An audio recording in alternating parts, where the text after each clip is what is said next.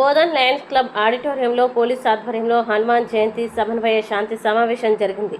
ఈ సమావేశానికి నిజామాబాద్ సిపి సాయి చైతన్య ముఖ్య అతిథిగా హాజరై ప్రజలకి శాంతి భద్రతల పరిరక్షణలో సహకరించాలని సూచించారు. హనుమాన్ జయంతి సందర్భంగా అన్ని వర్గాల ప్రజలు ఐక్యంగా పండుగని శాంతియుతంగా నిర్వహించుకోవాలని ఆయన పిలుపునిచ్చారు. హనుమాన్ జయంతి సమయంలో చట్టాలు నియమాలు పాటిస్తూ పరస్పర గౌరవం మరియు సహనంతో వ్యవహరించాలని తెలిపారు. ఈ సమావేశంలో పోలీసు అధికారులు, ప్రజాప్రతినిధులు, వివిధ సంఘాల నాయకులు మరియు స్థానిక ప్రజలు పాల్గొన్నారు.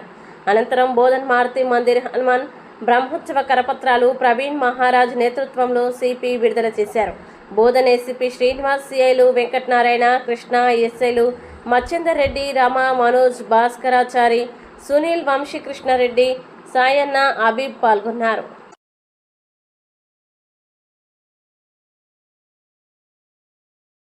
హనుమంతుల వారు బ్రహ్మదేవులు అవుతారు.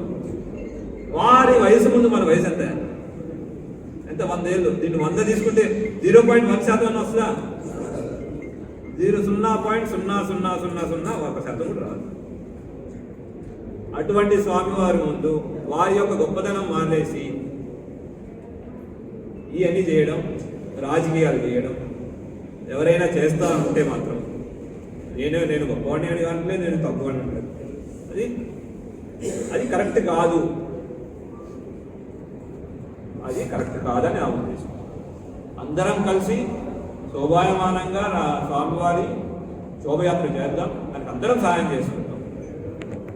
తప్పకుండా అందరికి ప్రతి ఒక్కరికి ఉంటుంది, అరే నేను బాగా చేయాలని, కరెక్ట్ ఎట్లనే ఉండాలి, నేను పోయిన సంవత్సరం కన్నా బాగా చేయాలి, పోయిన సంవత్సరం కన్నా బాగా జరగాలి, ఈ సంవత్సరం మనం ఒక స్టాండర్డ్ పెట్టాలి, దాన్ని నెక్స్ట్ ఇయర్ ఇంకా బాగా చేయాలి అనేది ఎప్పుడు గుర్తుపెట్టుకోవాలి. ఎప్పుడు మనకి ఎక్కడెక్కడ మిస్టేక్స్ అవుతున్నాయి, ఎట్లా చేస్తే అందరూ సమాజంలో ఉన్న అందరూ దాన్ని ఎంజాయ్ చేయగలుగుతారు. ఇందాక మహారాజు చెప్పినట్టు మీరు రాత్రి అవుతున్న కొద్ది ఫ్యామిలీలో వచ్చి చూడగలుగుతారండి? చెప్పండి. రాత్రి చల్లగా అయిపోతుంది, 7-8 అవుతుంది, ఫ్యామిలీలు అంత హ్యాపీగా రాగలుగుతాయి ఇంట్లో పనులన్నీ వదిలేసి? రాలేదు. మనం మొన్ననే శ్రీరామనవమి జరుపుకున్నాము. శ్రీరామనవమి కూడా మనం మీ సహకారం పడవలేదు. మీరందరూ సహకరించి మనం శ్రీరామనవమిలో సక్సెస్ఫుల్గా ఎలాంటి అవాంఛనీయ సంఘటన జరగకుండా మనం ఈ భక్తి శ్రద్ధలతో జరుపుకున్నాం. అదేవిధంగా ఈ రాబోయే హనుమత్ జయంతి కూడా ఆ హనుమంతుని భక్తి సేవలు, అదేవిధంగా భక్తితోటి సహనంతోటి, అదేవిధంగా ఇంతకుముందు మన పెద్దలు చెప్పారు, మనం కుటుంబ సభ్యులతో అందరూ కుటుంబ సభ్యులతో మనం ఈ హనుమత్ జయంతి శోభాయాత్రని అందరూ కూడా ఎంజాయ్ చేసేటట్టు అందరికీ అనుకూలంగా ఇంతలో మనం ర్యాలీ తీసి మనం ఆదర్శంగా ఉండాలని. బోధన అంటే ఏదో కల్లోల ప్రాంతంలో కాకుండా ఒక ప్రశాంతమైన వాతావరణంలో జరుగుతుంది. బోధన అంటేనే ఇంతమంది చెప్పారు ప్రశాంతత అని.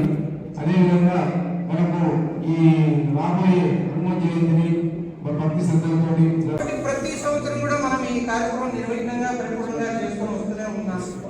కాకపోతే స్టార్టింగ్ లో చెప్పినటువంటిది గోపి గారు కూడా చెప్పారు, ఈ ఓల్డ్ బస్ స్టాండ్ అనేటువంటిది కొద్దిగా మార్కెటింగ్ వాటి పెట్టడం వలన కొద్దిగా మనకు ఇబ్బంది బాగా కలుగుతుంది. అంటే ఈ సందర్భమే అని కాదు, ప్రతిరోజు కూడా ఎక్కడ పడితే